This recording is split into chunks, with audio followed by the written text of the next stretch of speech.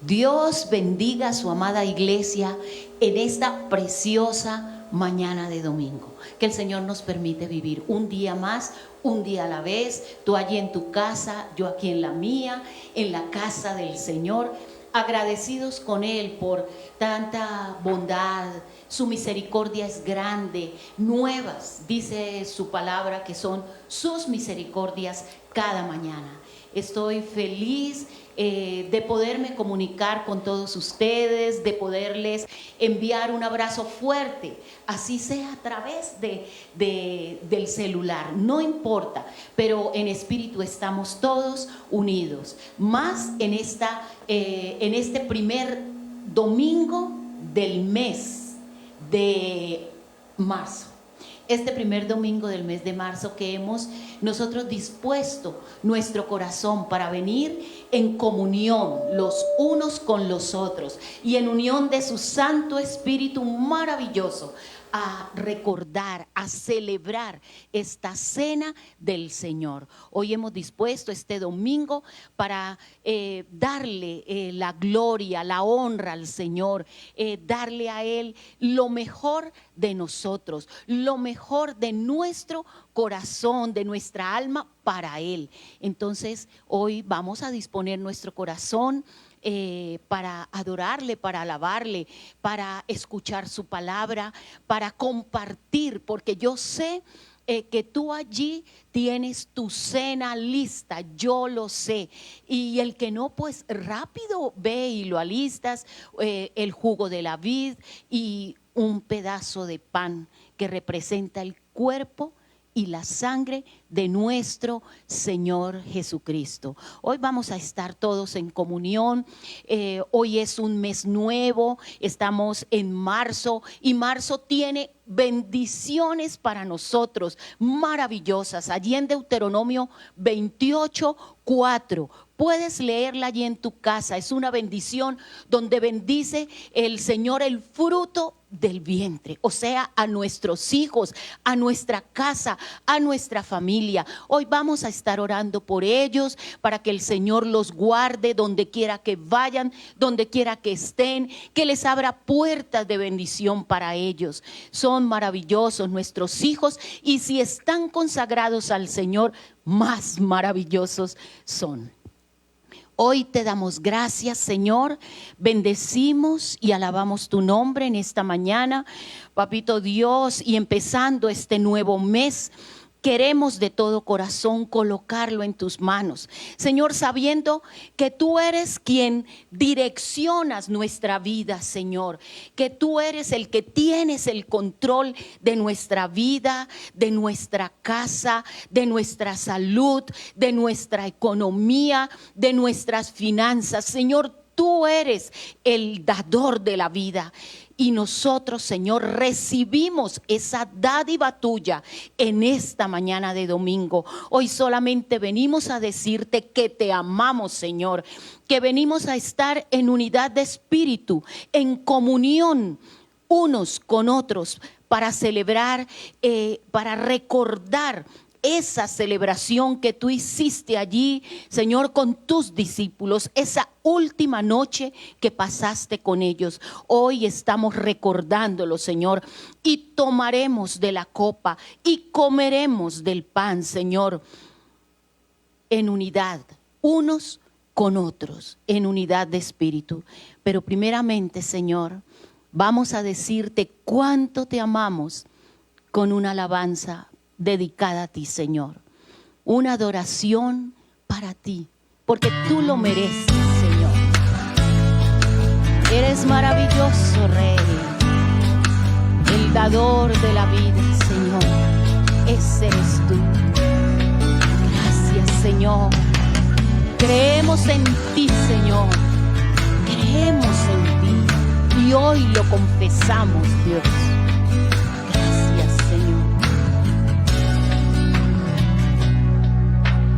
Quiero levantar a ti mis manos, maravilloso Jesús, milagroso Señor. Llena este lugar de tu presencia, descender tu poder a los que estamos aquí. Yo creo en ti, Jesús, lo que harás en mí. Yo creo en ti, Jesús, lo que harás en mí, en mí, en mí. Recibe toda la gloria, toda la honra, precioso Hijo de Dios. Recibe toda la gloria, toda la honra, precioso Hijo de Dios. Quiero levantar a ti mis manos, maravilloso Jesús, milagroso Señor.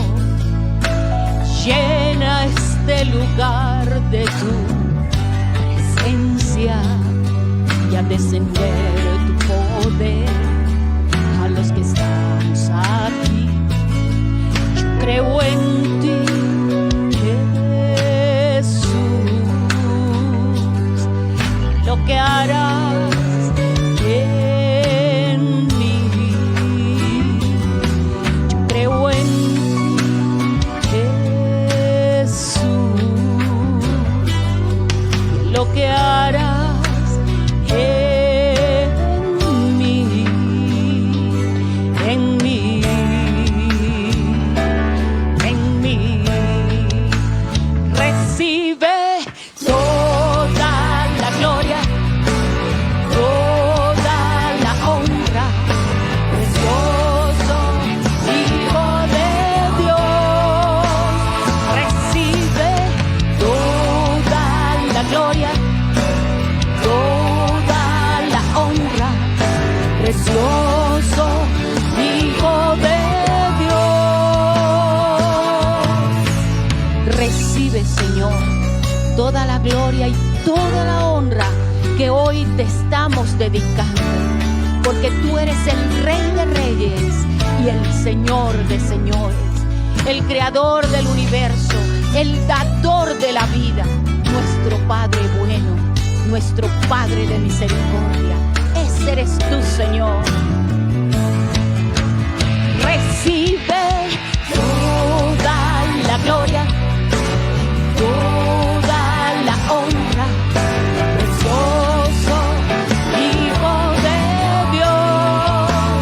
Recibe toda la gloria, toda la honra, precioso Hijo de Dios. Recibe toda la gloria, toda la honra, precioso Hijo de Dios. Recibe toda la gloria, toda la honra, precioso Hijo de Dios. Recibe toda la gloria, toda la honra, precioso Hijo de Dios. Recibe toda la gloria, toda la honra, precioso Hijo de Dios. Gracias, Señor. Gracias, Señor, por estar con nosotros en esta mañana, en medio nuestro, en medio de tu pueblo que te alaba y que te adora. Hoy decidimos venir a darte a ti la honra y la gloria, Señor. Recíbela, Padre, recíbela, Señor. Gracias, Gracias, solamente tenemos palabras de agradecimiento para ti, mi Rey, porque tú eres bueno, tú eres un Dios de misericordia y de bondad. Gracias te damos en esta mañana, Señor. Guarda nuestras vidas, guarda nuestras familias, guarda, Señor, nuestro país, guarda tu iglesia, Señor. Que tu sangre preciosa derramada allí en la cruz del Calvario esté hoy sobre nosotros, sobre nuestra casa. Hoy te damos a ti las gracias, Señor. Bendecimos y alabamos tu nombre en esta mañana. Hoy venimos a recibir tu palabra, una palabra de bendición para nuestras vidas, Señor. Gracias, Señor. Gracias, Padre. Gracias, mi Dios. Gracias, mi Rey. Gracias, Señor, por ser nuestro Padre bueno. Gracias, Dios. Amén y amén. Dios les bendiga en esta preciosa mañana. Gloria a Dios. Gloria a Dios. Gloria a Dios. Qué bien, gloria a Dios, gloria a Dios. No te canses de decir gloria a Dios. Hay que darle la gloria a Él, la gloria al Padre, la gloria al Hijo y la gloria al Espíritu Santo de Dios. Qué bueno encontrarnos en este precioso domingo. Yo digo, mire, todas las cosas en el Señor, óiganme bien, y tú lo sabes muy bien, todas las cosas en el Señor ayudan a bien. Y tú lo sabes, todas las cosas en el Señor ayudan a bien. ¿Por qué lo digo? Esta mañana al despertar me asomé a la ventana y vi que estaba lloviznando. Y yo dije, bueno, gloria a Dios, porque llueva, no importa, nosotros estamos en casa, estamos cubiertos, tú allí en tu casa, estás bajo cubierta, no tienes ningún problema. Muchas personas antes de toda la situación que está viviendo el mundo entero, del COVID, de la pandemia, si amanecía medio lloviznando, no iban a la iglesia. Y se podían perder la palabra de ese domingo. Hoy no, hoy gracias a Dios existen los medios. Mire, el enemigo los toma para ejecutar su plan perverso, pero nosotros los aprovechamos para llevar bendición a todos los hogares. ¡Qué maravilla! A todas las personas que nos acompañan en este formato como es los medios de comunicación. ¡Qué interesante! Bueno, me agrada que me estén acompañando, que nos estén acompañando a la pastora en su presentación hermosa para el Señor, precioso Señor. Y hace la semana que acaba de terminar, en los devocionales hablamos de las bienaventuranzas y es un tema apasionante, mis amados, muy apasionantes. Yo soy muy amigo de estudiar el comportamiento del ser humano. Es mi profesión, saben ustedes que tengo una profesión académica, estudié psicología para entender algunas cosas de otros puntos de vista, y ha sido interesante porque me ha permitido a mí poder entender muchas cosas del comportamiento del ser humano. Y les decía en las reuniones que hicimos en esta semana, en los devocionales, que Dios, como un Dios de orden, como el Dios de la sabiduría, el Dios de la justicia, que gobierna con amor y justicia, Él coloca o nos entrega mejor mandatos. La palabra es eso, es la voz de Dios hablándonos. Y en el Antiguo Testamento se resumen los mandatos del Señor en lo que conocemos como los 10 mandamientos. Pero en el Nuevo Testamento, el Antiguo Testamento era la ley. Y la ley no es que haya sido abolida, no. La ley está ahí para los que caminan bajo la ley. Pero en el Nuevo Testamento es bajo la gracia, el amor de Dios, el que está acompañándonos a nosotros. Entonces, les decía que tanto los 10 mandamientos como las bienaventuranzas eran la constitución, así como un país tiene una constitución, nosotros la tenemos, la Constitución Nacional, que se le han hecho reformas constitucionales, ustedes lo saben muy bien. Entonces, en el Antiguo Testamento estaban los 10 mandamientos, era la Constitución, pero en el Nuevo Testamento el Señor Jesús fue un poco más allá y nos explicó y nos enseñó la manera de poder cumplir los mandamientos. Entonces, los mandamientos, tanto como las bienaventuranzas, son nuestra constitución, nuestra ley, lo que debemos cumplir. La constitución original y las reformas constitucionales que el Señor, estoy hablando figurativamente, hizo y nos enseñó a través de las bienaventuranzas. Entonces, lo interesante que nosotros vamos a encontrar en ambas cosas, tanto en los mandamientos como en las bienaventuranzas, es que en los mandamientos y en las bienaventuranzas hay una parte que es una porción de nuestra relación, que tiene que ver con nuestra relación con Dios. En los mandamientos son los 4 primeros mandamientos, tienen que ver directamente con Dios. El Señor es tu Señor, su nombre no lo digas en vano, adora a tu Señor, en fin, no pongas otros dioses fuera del Dios que tenemos. En fin, los 4 primeros mandamientos son en nuestra relación con Dios. Y los otros 6 mandamientos tienen que ver con nuestra relación con los demás seres humanos. Pero eran mandatos más que todo para el pueblo de Israel, y en cierta manera eran mandatos con ciertas generalidades, eran muy generales en términos de explicación, por decirlo de alguna forma. Entonces, por ejemplo, pongamos un ejemplo.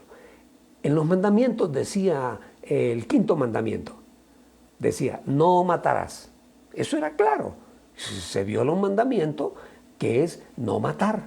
Sí, claro, obvio. Mire, Mateo 5:21 dice, oíste que fue dicho a los antiguos, no matarás. Y cualquiera que matare a alguien será digno de juicio. Eso es claro, ineludible. Pero lo importante es que el Señor viene y nos trae a nosotros unos consejos, unas normas de comportamiento que van a evitar, o digamos mejor, a educarnos para que nunca lleguemos a violentar el 5.º mandamiento, no matar. Entonces el Señor dice, sí, bueno, a ustedes les fue dicho no matar, pero yo les digo, mire, el Señor nos está advirtiendo algunas cosas y nos está enseñando. Dice que cualquiera que se enoje contra su hermano será culpable de juicio. Y cualquiera que diga a su hermano necio será culpable ante el concilio. O aquel que le diga fatuo quedará expuesto al infierno de fuego. Fatuo quiere decir estúpido, tonto, loco. Sí, eso es una ofensa. Entonces, ¿qué es lo que el Señor Jesús nos está enseñando? Tú ya lo captaste. El Señor lo que nos está enseñando, mire, hagan esto, que es muy sencillo, no odie a su enemigo, no levante contra él palabras, no lo ofenda. ¿Por qué? Porque el hacerlo en algún momento sin premeditarlo y sin saberlo, podemos terminar enfrentados con el enemigo, con nuestro enemigo. Estamos hablando de seres humanos. Espero estarme haciendo entender. Esa era la función que tenía. Sí, no matarás, pero es que tú no te levantas con la idea de que vas a matar a alguien. No, pero si tú no perdonas, si tú no aprendes, como dice el Señor ahí, si tú no aprendes a perdonar, a olvidar las ofensas, si tú no lo haces, puede llegar en un momento de ira, de dolor, de rabia, a quitarle la vida a alguien. Y eso sí ya es bastante grave. Y mire, pongamos otro ejemplo. Dice el Señor, mire que a ustedes les dijeron, no adulterarás. Eso es claro. No, si el adulterio es claro. Esa era la ley. Dice, pero yo ahora les digo, les voy a dar un consejo para que ustedes eviten caer en el adulterio. Dice, cualquiera que mira a una mujer y la codicia, ya adulteró con ella en el corazón. O sea que el adulterio no es solamente el ejercicio físico que hacemos, que hacen las parejas. No. Tiene que ver aún con el deseo, porque el desear te lleva sin lugar a dudas a caer en el pecado de adulterio. Entonces, el Señor lo que nos está diciendo es, cuidado. No deseen la mujer del prójimo. Eso es muy claro. Entonces, en el 5:31, miren lo que dice. Va un poco más allá. Dice, también se dijo, el Señor está hablando de la ley, cualquiera que repudia a su mujer, que le dé carta de divorcio. Está bien, no pueden convivir, hay problema, dele carta de divorcio y punto. Pero yo les digo que todo el que repudia a su mujer, a no ser a causa de infidelidad, hay uno que la repudió, es la única causa justa para repudiar, dice ahí la palabra, la infidelidad. Pero dice que aquel que repudia y no es por infidelidad, dice, la hace cometer adulterio. Y cualquiera que se casa con una mujer repudiada comete adulterio. El Señor es claro, nos está previniendo. Y el Señor está diciéndole, mire, estamos cambiando un poquito las cosas, estamos colocándolas de una forma más sincera, más efectiva. Estamos haciendo las cosas de otra manera, preventivamente. No estamos hablando de esperar caer en el problema, en el pecado, para empezar procesos de perdón. No, antes de que ocurra, debemos estar prevenidos. Entonces, esa es la que yo llamo la nueva constitución del reino, por decirlo de alguna forma, una reforma constitucional que no altera la reforma original o el mandato original. Espero estarme haciendo entender. Entonces, no es que el quinto mandamiento, no matar, se quitó o no se cambió. El Señor nos está enseñando cómo no caer en él. Esa es la parte interesante. Entonces, la nueva constitución del reino, que son las bienaventuranzas, y la palabra que el Señor nos enseñó, se basan fundamentalmente en la gracia y en el amor de Dios. Esa es la parte interesante. Y eso es por fe, por fe. Aquí la fe juega un papel primordial, impresionante. La fe en la palabra del Señor Jesucristo para nosotros es fundamental para no caer. Y nosotros caminamos en fe por la gracia y por el amor de Dios. Así de sencillo, así de sencillo. Entonces, cuando nosotros profundizamos en el Sermón del Monte, cuando profundizamos en las bienaventuranzas, que eso es lo que el Señor me puso en el corazón, y vengo leyendo acerca de las bienaventuranzas, y créanme, es fascinante, porque son normas de comportamiento a la hora de la verdad para evitar violentar los mandamientos. Entonces, encuentra uno en el Sermón del Monte una palabra que primero tenemos que hablar de ella, antes de entrar a definir cada uno de los mandatos dentro del Sermón del Monte, y esa palabra es bienaventurado. Así empiezan todas cada una de las bienaventuranzas. Bienaventurado aquel que, bienaventurado aquella que, así empieza. Entonces, esta palabra bienaventurado es sinónimo de feliz. Eso es lo que quiere decir bienaventurado, feliz, feliz. Y qué bueno que podemos vivir felices si somos obedientes a la enseñanza del Señor Jesús y no quebrantaremos ninguno de los mandamientos de la ley de Dios. Qué interesante. Antiguamente en el griego antiguo le daban a esa palabra otra connotación que no es la misma que nosotros le estamos dando en este momento. En esa palabra se llamaba bienaventurado a un rico, porque bueno, tenía todo lo que él deseaba, y también los bienaventurados se llamaban a los dioses. La gente que adoraba a otros dioses los llamaba los bienaventurados, porque pues realmente se supone que eran dioses y que no les faltaba nada, y que eran dioses y lo podían tener absolutamente todo. Pero ¿por qué el Señor insiste en esta palabrita? Bueno, palabrita no, palabra grande, no así palabrota, sino una palabra espectacularmente grande. ¿Por qué? Porque la palabra bienaventurado nos lleva a nosotros a entender lo que significa la religiosidad de las personas. Ese es el verdadero sentido.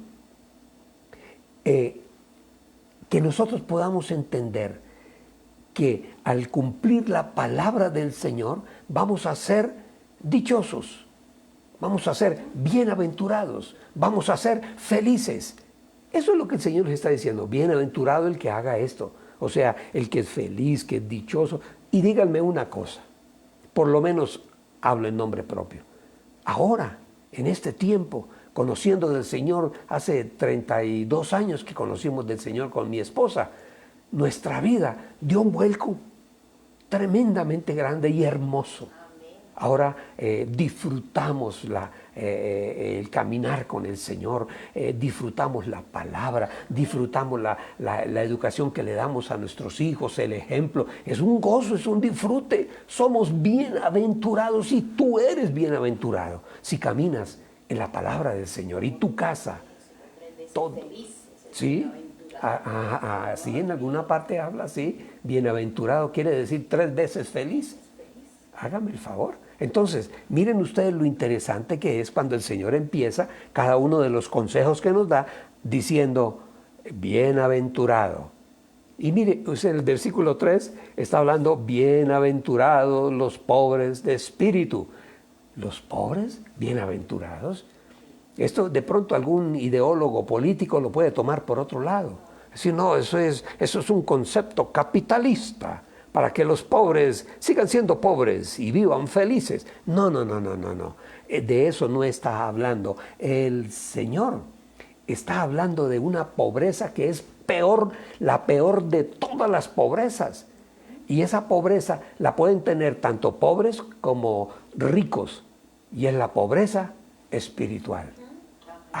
O sea, bienaventurados los pobres de espíritu, aquellos que manejan un espíritu humilde. Estamos hablando de humildad. Y yo conozco pobres que de humildes no tienen nada. Son soberbios, violentos. Tienen odio y rabia en su corazón. Es que a veces se confunden las palabras.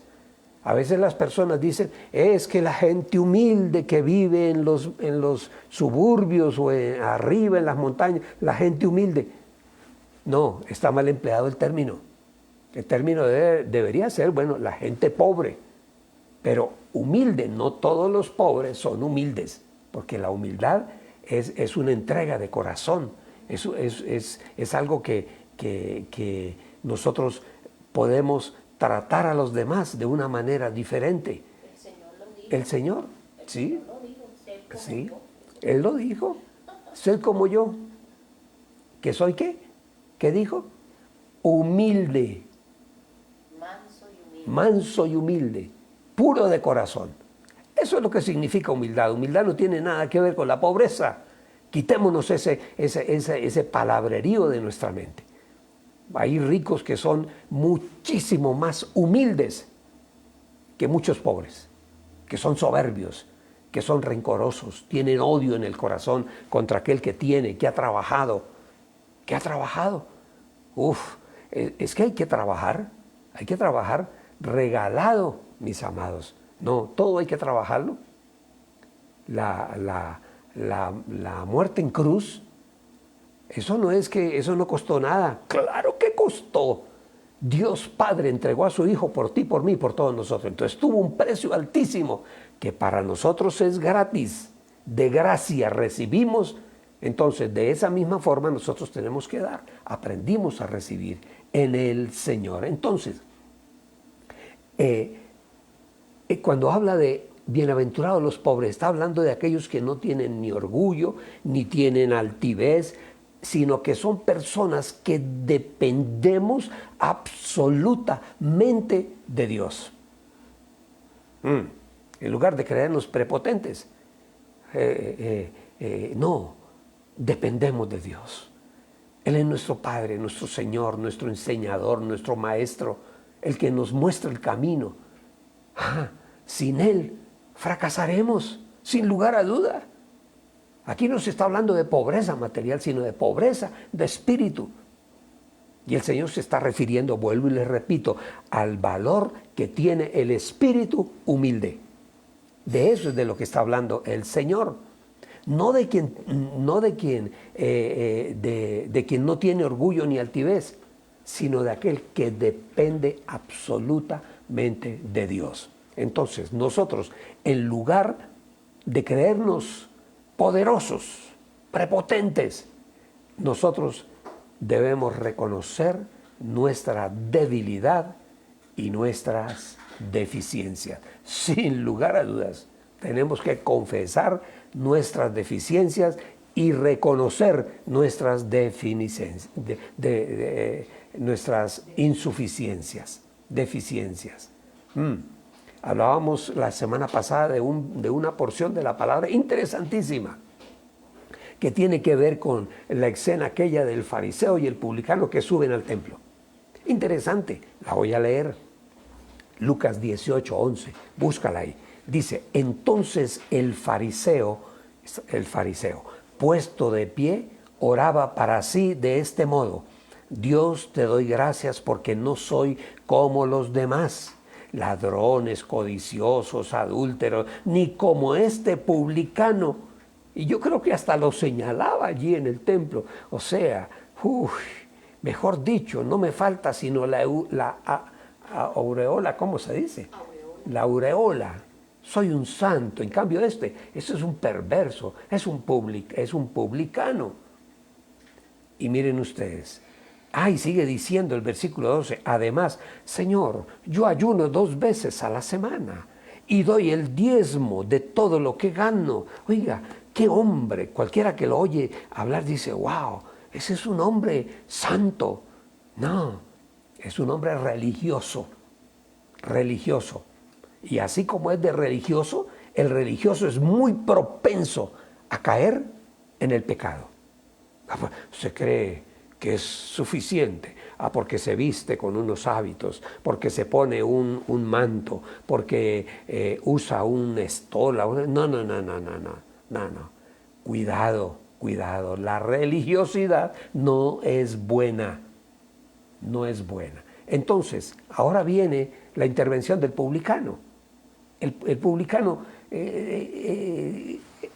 era un listadito que había y que el judío no quería, que eran las prostitutas, los publicanos, los recaudadores de impuestos, un grupito de gente que decían, ellos se condenan, ellos no van para el cielo.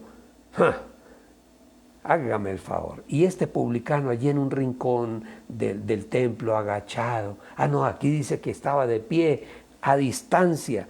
Dice que ni siquiera quería levantar los ojos al cielo, sino que se golpeaba el pecho diciendo, Dios, wow, increíble. Dios, ten piedad de mí. que soy un pecador. ¿Y qué dice la palabra después? Dice que ¿cuál de los dos salió del templo justificado? ¿Cuál de los dos? ¿El que tenía y hacía y daba? No, no, no, no. El que tenía contrición de corazón, que le dolía el corazón de saber que había ofendido a su Señor, a su Dios. ¡Wow! ¡Uf!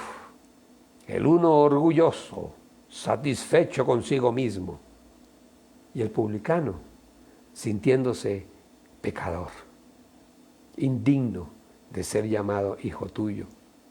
Y además la voz de él era una voz, dice la palabra, que era una voz de susurro. Él allá susurraba, el otro hablaba duro para que todo el mundo escuchara y oyera lo santo que era.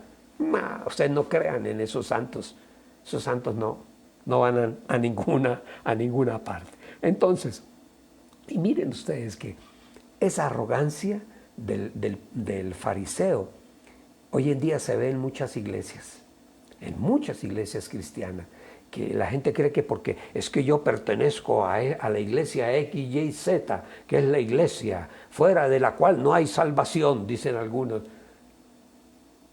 que hay orgullo y vanidad, y que van los domingos a la iglesia luciendo sus mejores trajes, pero como una especie de competencia de tipo social.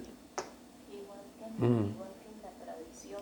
Sí, y en la iglesia tradicional también se daba eso. Esto es increíble, esto es increíble. Y saben ustedes que así pensaba la iglesia de la Odisea, la iglesia de la que habla Apocalipsis, dice, era una iglesia llena de orgullo, y se creían los más santos. Miren lo que dice Apocalipsis 3:14. Vamos allí. Era una iglesia que podíamos llamar la iglesia tibia. Esa es la iglesia como la del fariseo. Dice Apocalipsis 3:14, dice, y escribe al ángel de la iglesia en la Odisea, he aquí el amén, el testigo fiel y verdadero, el principio de la creación de Dios, dice esto. Y ahí viene, miren lo que dice de la iglesia, dice, yo conozco tus obras, que ni eres frío ni caliente. Ojalá fueras frío o caliente, una de las dos, pero por cuanto eres tibio y no frío ni caliente, te vomitaré de mi boca.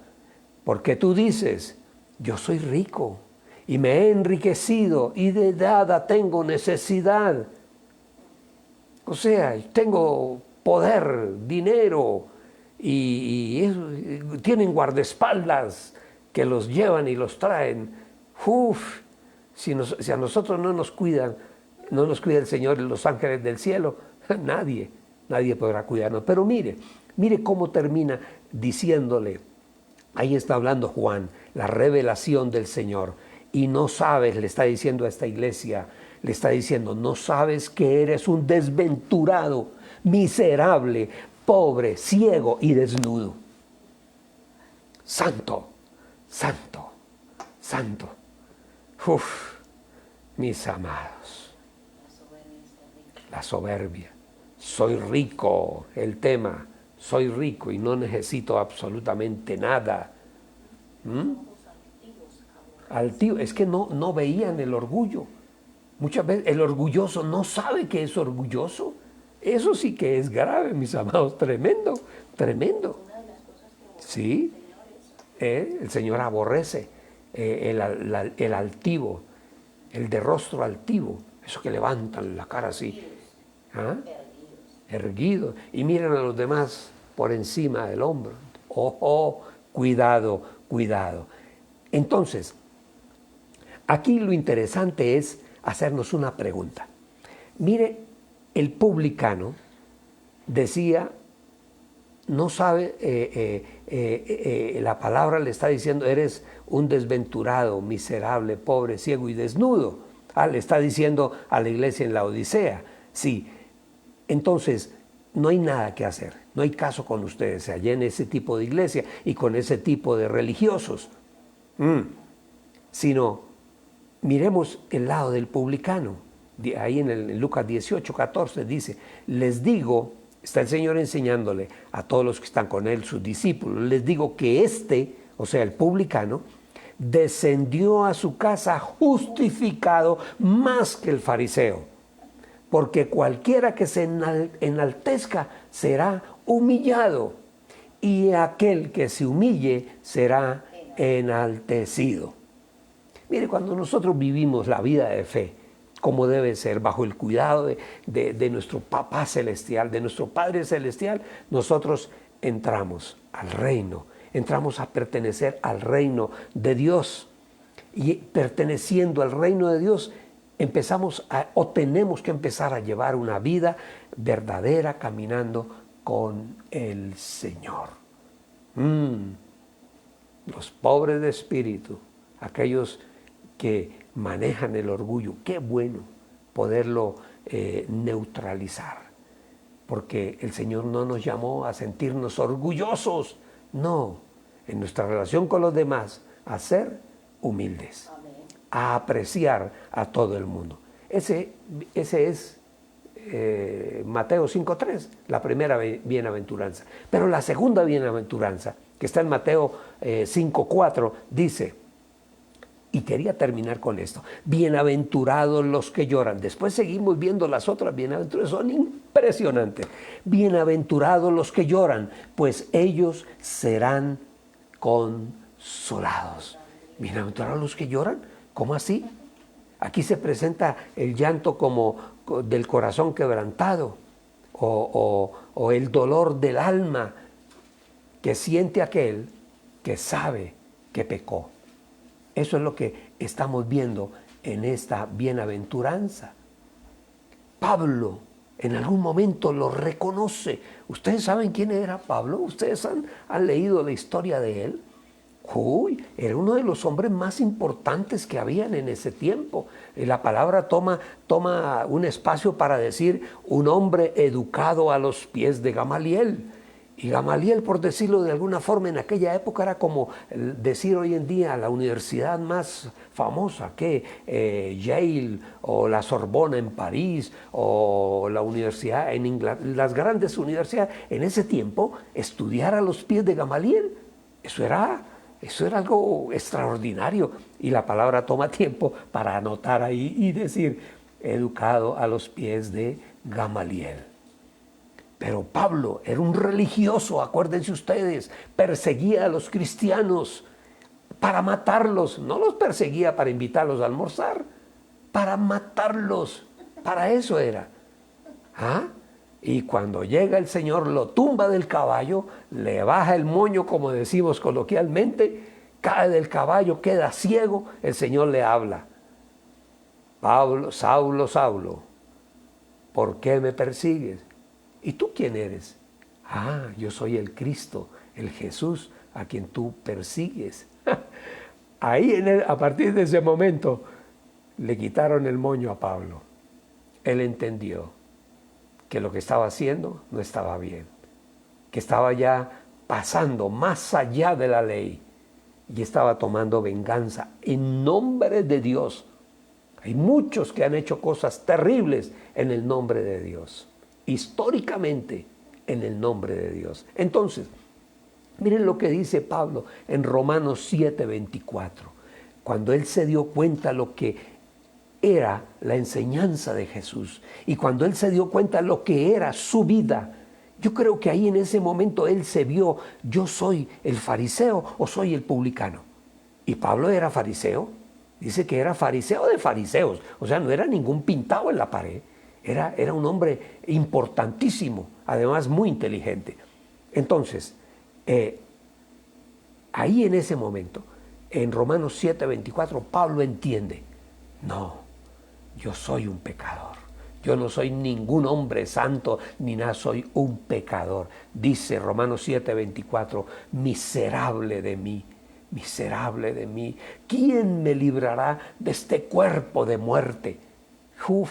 Se dio cuenta que se dejaba llevar por su propia naturaleza. Estamos hablando de Pablo, no estamos hablando de ningún perico, estamos hablando de Pablo, un hombre inteligente, un hombre prominente, fariseo de fariseos, un hombre educado. Dicen los historiadores que tenía muchos más títulos y además tenía varias nacionalidades.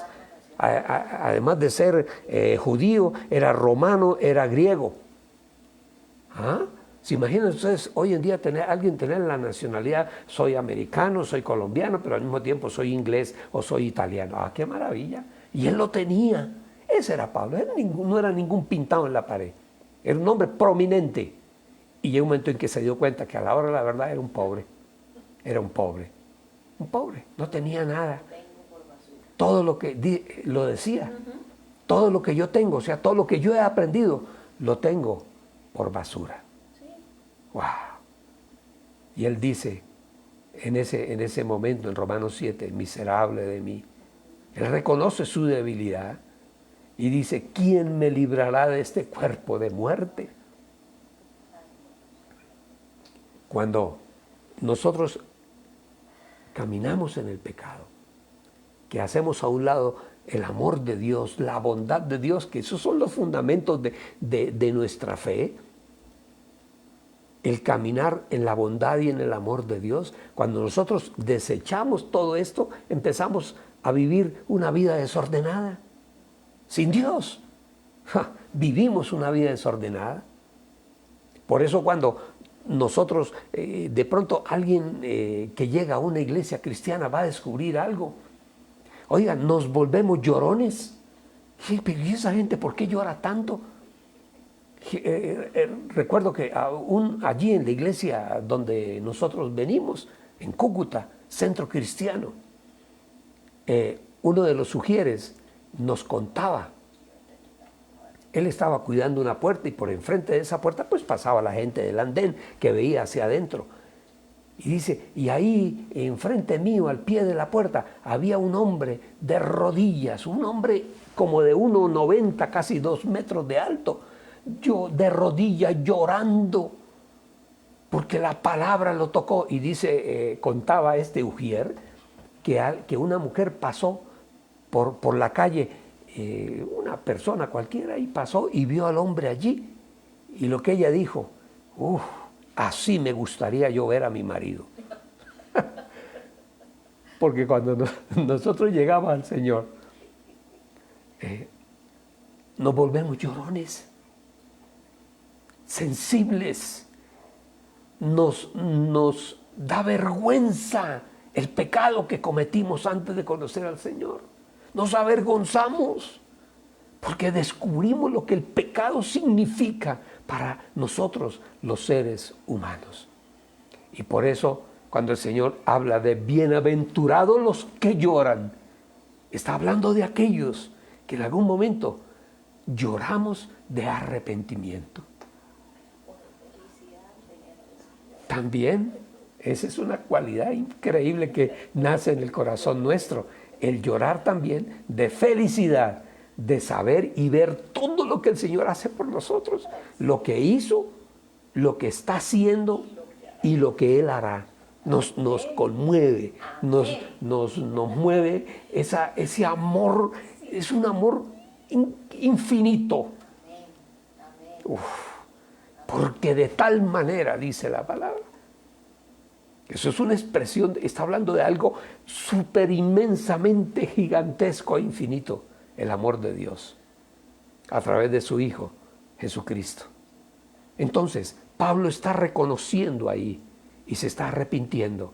Aquel que se arrepiente, aquellos que nos arrepentimos, lloramos. Amén. Lloramos de tristeza de haber hecho todo lo que hicimos, de vergüenza ante el Señor, pero después lloramos de gozo de saber que el Señor nos perdonó, de alegría. Estamos perdonados. Sí, que yo cometí desafueros o que yo, aquel que hable, si yo fui un traficante, fui un criminal.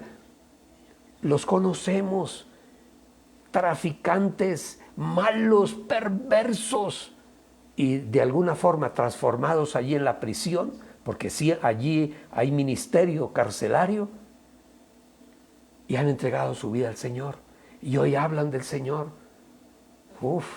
Y hay muchos casos, muchos casos.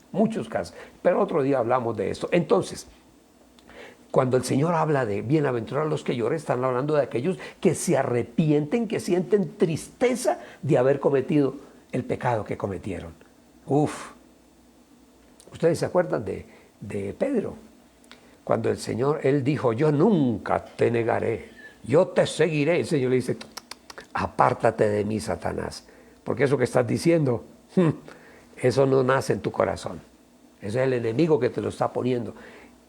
Antes de que el gallo cante 3 veces, de que el Gallium cante 3 veces, tú me habrás negado. ¡Wow! Después viene el momento aquel cuando toman preso al Señor y Pedro de lejos seguía al Señor. Y yo supongo, no recuerdo si el Evangelio lo dice, pero creo que sí, en algún momento se cruzaron las miradas el Señor y Pedro. Me parece que sí. No recuerdo si está ahí en el Evangelio, que se cruzaron las miradas. Y Pedro, en ese momento entiende su pecado. Tanto así que la Escritura lo registra. Lucas 22, 6, 2 dice, y Pedro, saliendo fuera, lloró amargamente. Dice, ¿ah? Y era Pedro. Un día estos hablamos de eso, porque días antes el Señor le había dicho, tú eres Pedro, y sobre esa piedra, sobre la fe, no sobre él, sino sobre la fe que Pedro tenía, sobre esa fe que tú me estás hablando, de que tú eres el Hijo del Cristo, del Dios vivo, sobre esa fe, sobre esa expresión yo voy a construir mi iglesia, le dijo el Señor. Y a él le dio las llaves de esa iglesia, imagínense. Y días después estaba negando a su Señor por Dios. Ser humano. Pero dice que lloró amargamente. Ese es el llanto del que está hablando. Bienaventuranza, bienaventurados los que lloran, dice. Mire, y en el Antiguo Testamento, David, igual, David llega un momento, un hombre escogido por Dios, que en algún momento su pueblo, sus generales le dijeron, rey, por favor no salga a la guerra, porque peligra su vida y de pronto no lo pueden matar. No, quédese aquí en palacio. Y se quedó en palacio. ¿Y qué hace un rey en un palacio? Todo el mundo en la guerra y él ahí en el palacio. ¿Qué hace un rey? Nada. Descansar, dar vuelta. Pues en una de esas vueltas, por la terraza arriba de su palacio, vio abajo a una mujer que estaba bañándose desnuda. Y ahí quedó pegado. Vio lo que no debía haber visto. Y de ahí en adelante, el pecado es como una bola de nieve. Si tú no lo detienes, eso va creciendo, hasta que se vuelve lo que se volvió en la vida de David. Dijo mentiras, adulterio, cometió crimen. Llega un momento en que él reconoce su pecado. Salmo 32, 3. Mire lo que dice. Por cuanto callé mis pecados, se consumieron mis huesos mientras gemía todo el día, porque de noche y de día tu mano se hizo pesada sobre mí, la mano de Dios, y se convirtió en un dolor para quitarme la vida. Te declaré mis pecados. Ahí empieza la transformación. Te declaré mis pecados y no oculté de ti mis transgresiones. Dije, confesaré a Jehová mi Señor mis transgresiones, y tú perdonaste todos mis pecados. Y hay una serie de salmos donde él habla de esto, llora, se siente arrepentido, le da tristeza el haber no cometido el pecado, sino haber ofendido a su Señor con el pecado. Wow. Entonces lloró amargamente. ¿Y qué dice el Señor? aquellos que en algún momento hemos llorado por nuestros pecados delante de Él. Dice que seremos consolados. Amén. Qué poderosa seguridad, saber que seremos consolados en la vida eterna y aquí mismo en la tierra. Y esa consolación, mis amados, a propósito de la palabra consolación, está a lo largo de la Escritura. Está a lo largo de la Biblia, la palabra consolación. Está por toda. El Señor promete darnos alivio en el corazón, pero si nosotros vamos a Él, aquel que se quebranta, que llora porque se equivocó, cometió un pecado, el Señor tiene amor para él, para esa persona. Y el Señor nos da la libertad. El pecado esclaviza, el pecado es un yugo, son cadenas que esclavizan. El vicio esclaviza, el pecado, llámese como lo quieras llamar, cualquier clase de pecado esclaviza, porque el pecado es esclavitud. Eso es lo que es el pecado. Pero déjeme decirles algo y con esto termino. El Señor da libertad a aquellos que están esclavizados por el pecado, da libertad en el alma, en el ser interior, a todo aquel que ha caído en Él. Dejo este salmo, Salmo 51, 17, para que tú lo guardes en tu corazón, porque los sacrificios a Dios no es darse golpes de pecho, ni darse látigo, no, ni ir de rodillas caminando hacia algún lugar, no, porque los sacrificios a Dios son el espíritu humillado, porque al corazón contrito Dios no despreciará. Si tú estás escuchando por primera vez, alguien te invitó a escuchar esta palabra, yo te quiero decir algo importante. El Señor quiere gobernar tu corazón y tu vida y darte esa paz, ese gozo, la alegría que tiene el sabernos perdonados de todos nuestros pecados. Por cuanto todos pecaron, dice la palabra. Aquí no hay ni uno santo que diga, no, yo nunca he pecado. No, por cuanto todos pecaron. Todos en algún momento de nuestra vida empezamos el camino del pecado. Pero es tiempo de detenernos. Es el tiempo de que tú te detengas y que empieces a vivir la experiencia de saberte libre de esa carga de pecado. Yo te invito a que hagas una oración conmigo. Repitas conmigo esta oración. Es una oración en la cual le decimos al Señor, aquí estoy, te entrego mi vida, ven a vivir en mi corazón. Repite conmigo, Padre nuestro que estás en el cielo, exaltado, glorificado, amado, entendido, sea por siempre tu santo, precioso nombre. Señor, yo vengo hoy delante de ti y te pido, Padre, que tomes mi vida en tus manos. Que todos mis pecados, todo lo que yo he hecho que va en contra de tu palabra, en contra de tus mandatos, en contra de la constitución que tú tienes para cada uno de los seres humanos, Señor, los coloco delante de ti y te pido me perdones. Perdóname, Señor, limpia mi ser, te entrego mi vida, Señor. Espíritu Santo, te entrego mi alma, todo mi ser. Ayúdame cada día, Señor, a conocerte aún más para poder ser libre total y definitivamente. Perdóname, Señor. Perdóname todo lo malo que he hecho en mi vida. Perdóname. Te entrego mi ser. Gobierna tú sobre mi vida y cada día enséñame más. Gracias te doy, Señor, porque yo sé que a partir de este momento tú habitas en mi corazón. Gracias, Señor. Amén y amén. Oremos por alguien que haya hecho esta oración.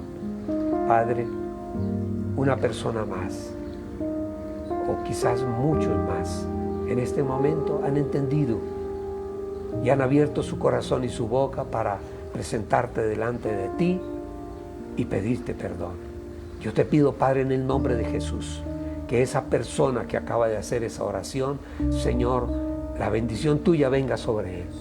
sobre ella, Señor, y que esta persona a partir de este momento su vida sea cambiada y transformada con el poder de tu palabra y el poder de tu Espíritu.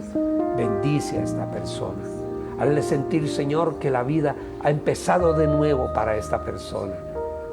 Bendice su casa, bendice su familia, todos los que están a su alrededor. Bendice su quehacer, su trabajo, su profesión. Hoy te lo pedimos, Señor, en el nombre de Jesús. Amén y amén y amén. Gloria a Dios. Mis amados, hoy es día de cena del Señor. Entonces, vamos en familia a compartir el pan y el vino. En el trasfondo de lo que nosotros hacemos hoy en día, hay un trasfondo histórico en la cena del Señor. Y ese trasfondo es la Pascua judía. Y la Pascua judía se implementó cuando eran esclavos en Egipto. Ustedes se acuerdan de las plagas de Egipto. Bueno, la última plaga en Egipto tuvo que ver con los primogénitos. Pasaba el espíritu de muerte, el ángel de la muerte, y los primogénitos de todos los egipcios empezaron a morir, incluyendo los primogénitos aún de las bestias, de las vacas, de los animales. Pero el pueblo de Israel vivía en una población cercana a la capital, en Gosén. Y el Señor les dijo: sacrifiquen un cordero de ciertas características y con la sangre del cordero pinten el dintel de la puerta, para que cuando el ángel de la muerte pase por ese lugar, pase de largo, porque hay una señal de perdón, hay una señal de amor.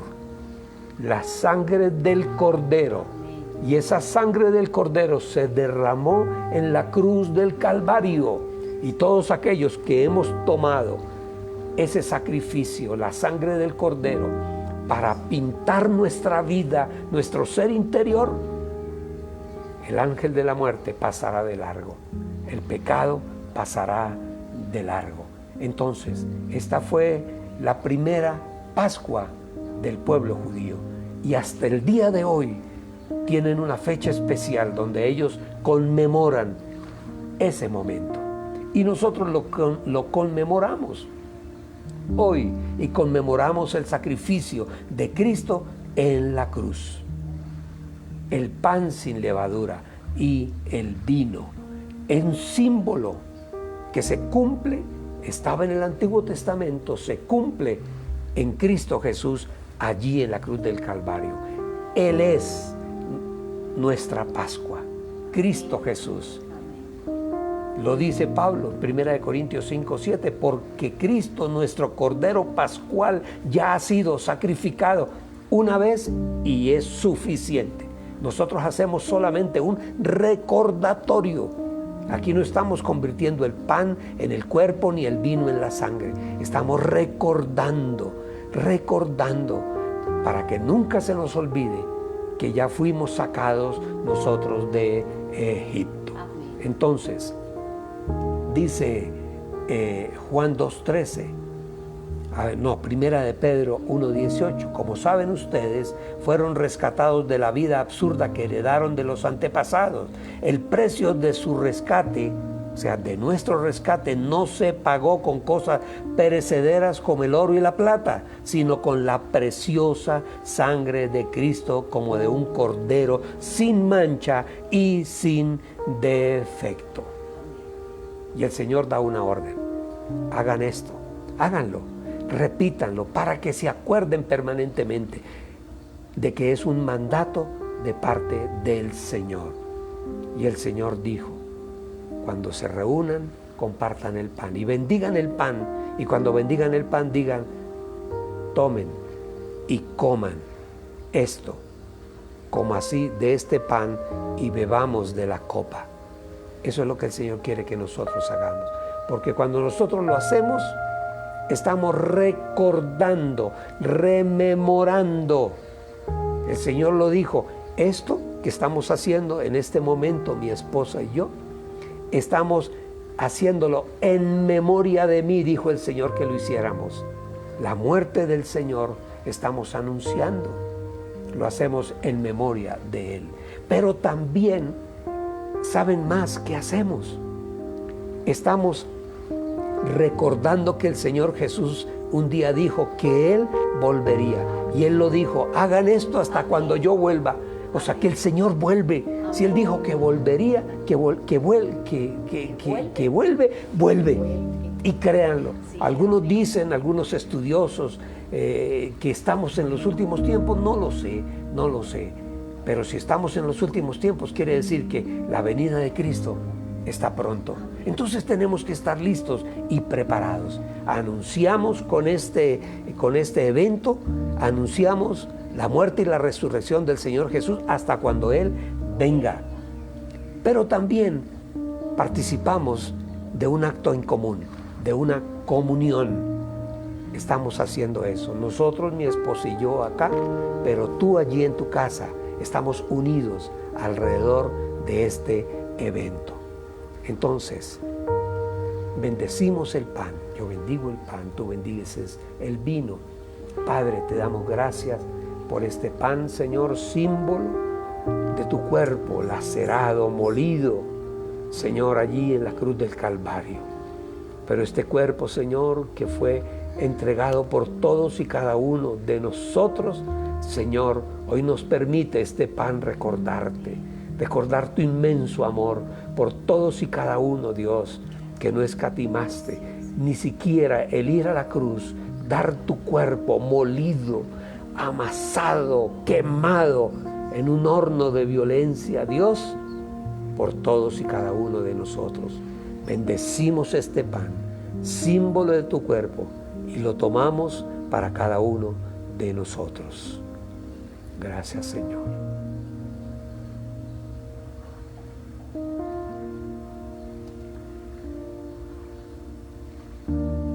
Oh, gloria a Dios. Señor, hoy te damos las gracias por este jugo de la vid. Señor, en memoria de ti lo hacemos, como tú lo hiciste allí con tus apóstoles, Señor, la última noche que ibas a estar con ellos. Señor, y nosotros sabemos por tu palabra que esa sangre preciosa que derramaste allí en la cruz del Calvario es la sangre que limpia nuestra maldad, cada uno de nuestros pecados, Señor, que limpia toda enfermedad de nuestros cuerpos, Señor, porque tú lo dijiste, que por tu sangre, por tu llaga, Señor, nosotros seríamos sanados, y nosotros somos sanados por esta sangre preciosa que tú derramaste allí en la cruz. Hoy estamos recordando ese sacrificio tan grande y tan poderoso en el mundo espiritual. Hoy tomamos esta copa del jugo de la uva, Señor, y declaramos por tu palabra, Señor, que somos limpios de todo pecado, que en nosotros, Señor, no hay maldad, Señor, y declaramos la sanidad física, la sanidad del alma y la sanidad espiritual para cada uno de nosotros. Y hoy te damos las gracias, Señor. Gracias, Padre. Gracias, Señor Jesús. Gracias, Espíritu Santo.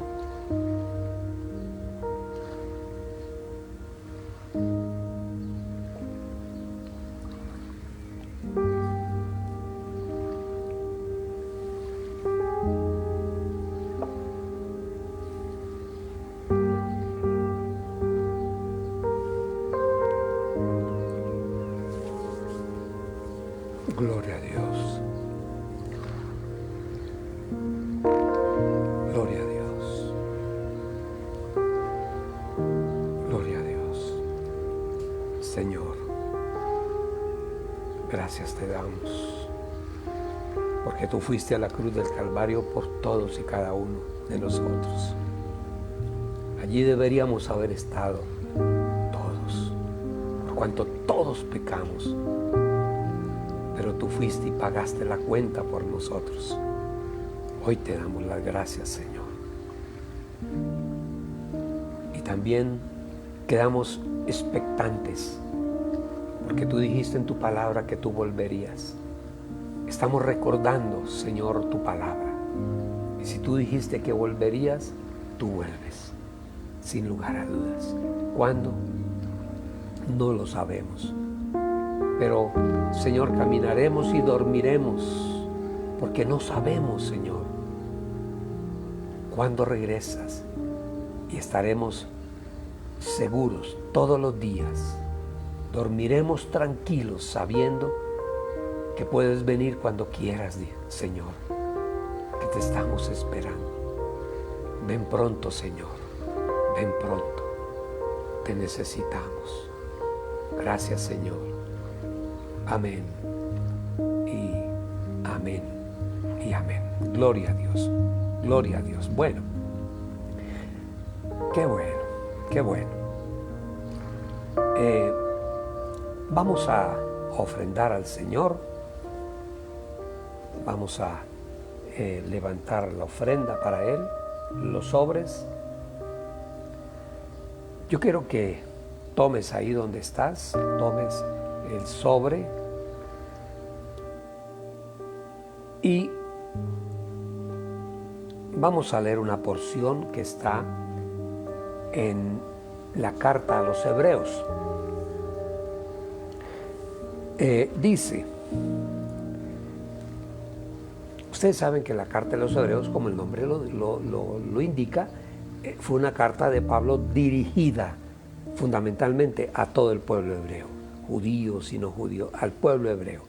Y está recordando el sacerdocio de Melquisedec para recordar también el sacerdocio de nuestro Señor.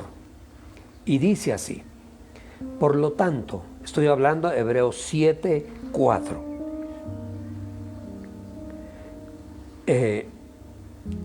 Voy a leer desde el 1, porque es importante. Hebreos 7:1.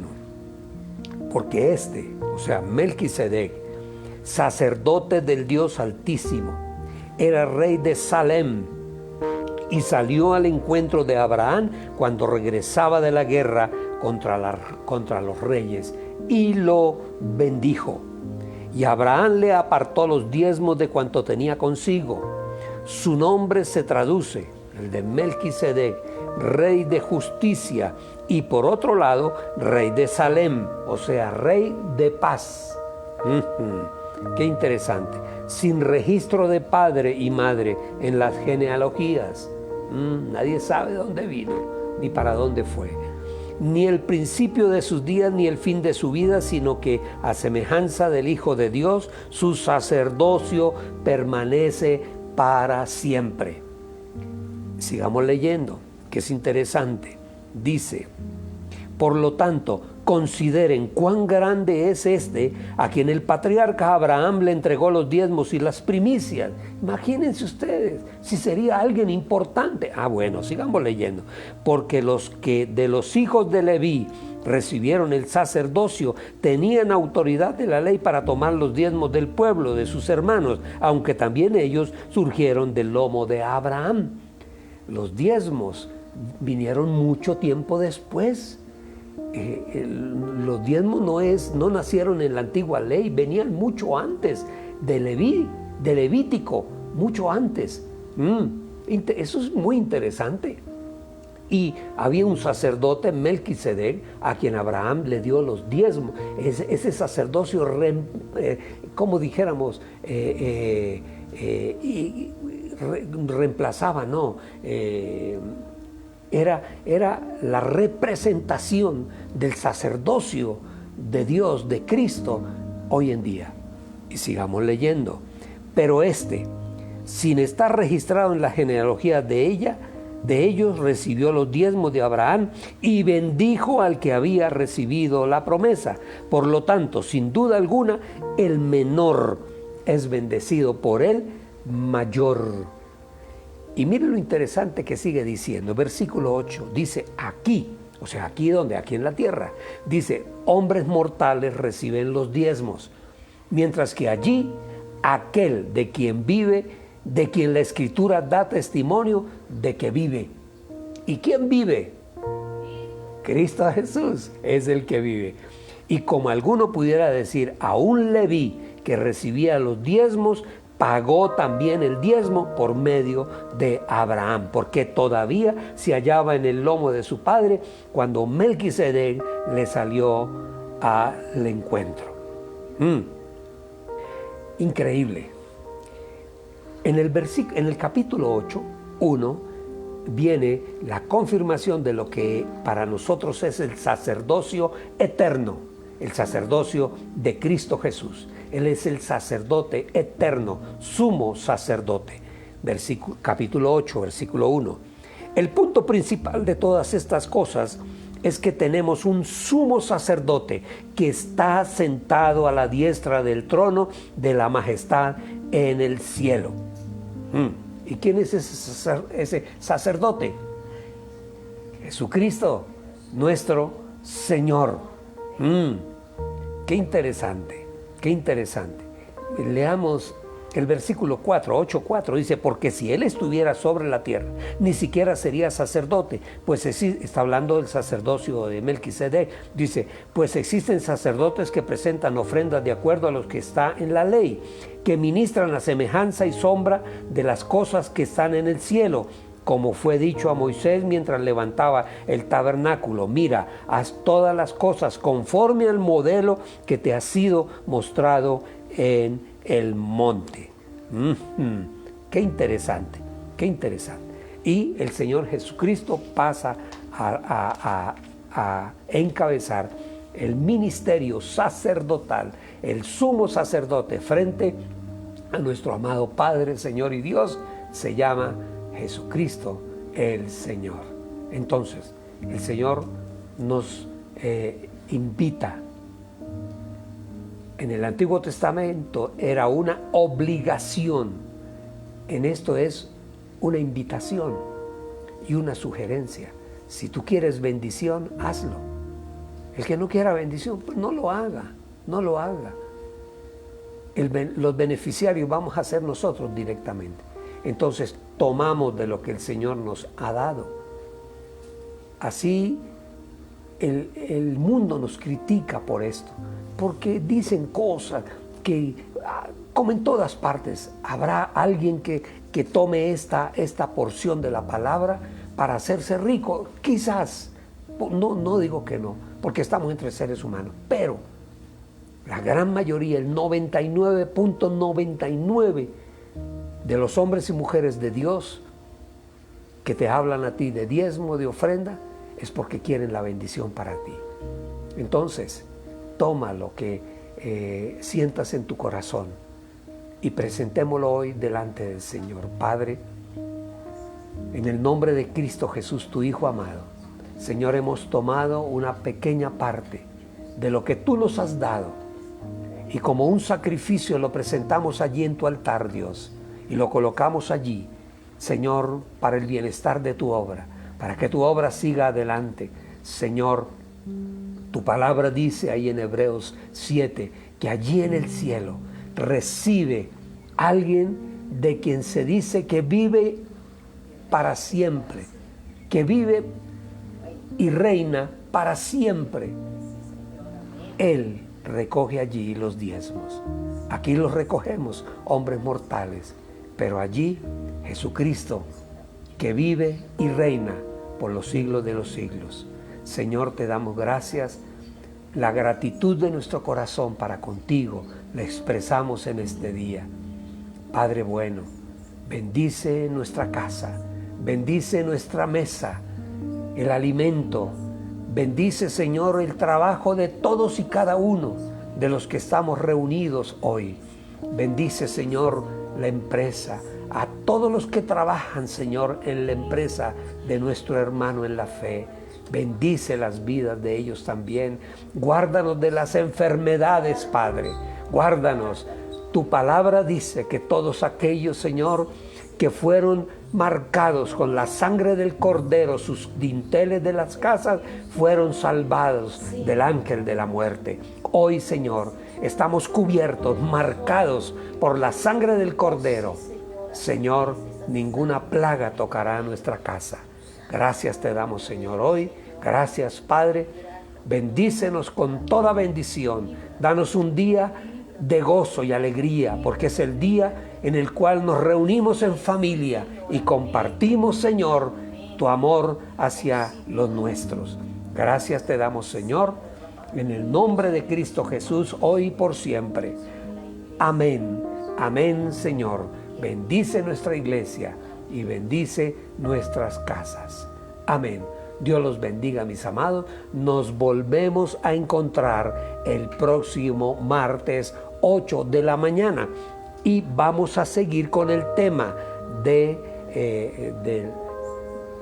las bienaventuranzas. ¡Wow! Los espero el próximo martes 8 de la mañana. Dios les bendiga a todos.